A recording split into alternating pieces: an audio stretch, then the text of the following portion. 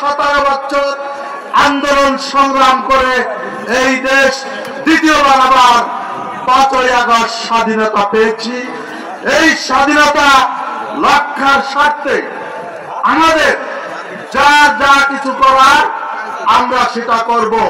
দীর্ঘ 17 বছর আমরা লড়েছি ক্ষমতার জন্য না, আমাদের লড়াই ছিল এই দেশের সাধারণ জনগণের ভোটের এবং ভাতের অধিকারের জন্য। আমাদের কিন্তু ভাইয়েরা ভোটের এবং ভাতের অধিকার এখনো সুনির্দিষ্টভাবে শেষ হয়নি। আমাদের বিরুদ্ধে কিন্তু বিভিন্ন কুচক্রী মহল বিভিন্নভাবে আমাদের সমালোচনা করছে, যেটা বিএনপি, ছাত্রদল, যুবদল, স্বেচ্ছাসেবক দল যেটা না করছে সেটা কিন্তু ফেসবুকের মাধ্যমে